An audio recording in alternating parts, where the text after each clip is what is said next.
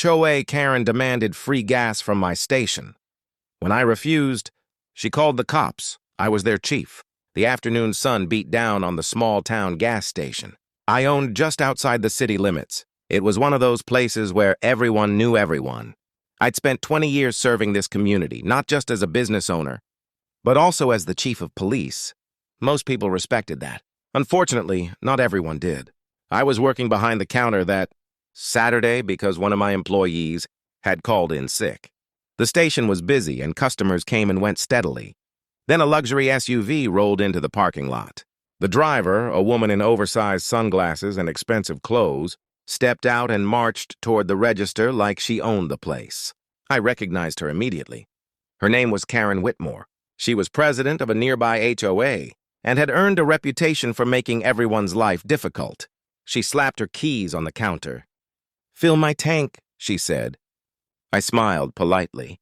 "Certainly. Pump number 4? She nodded.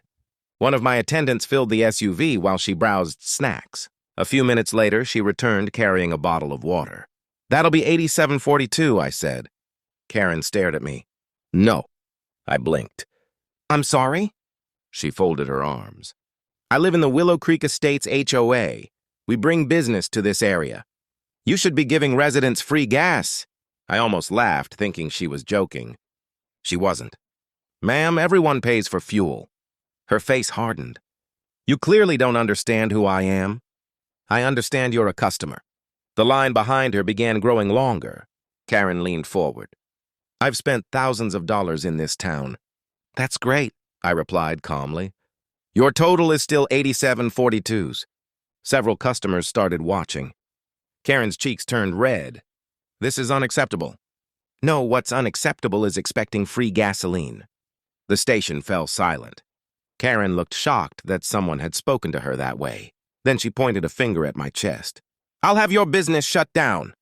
I smiled. "Good luck with that." That made her furious. She snatched out her phone. "You'll regret this."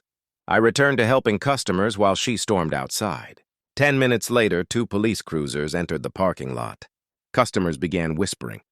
Karen stood beside her SUV with a smug smile. The officers stepped out.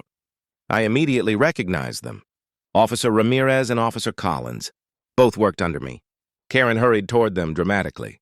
"That's him!" she shouted. "The owner refused service, threatened me, and is operating illegally." Ramirez looked confused.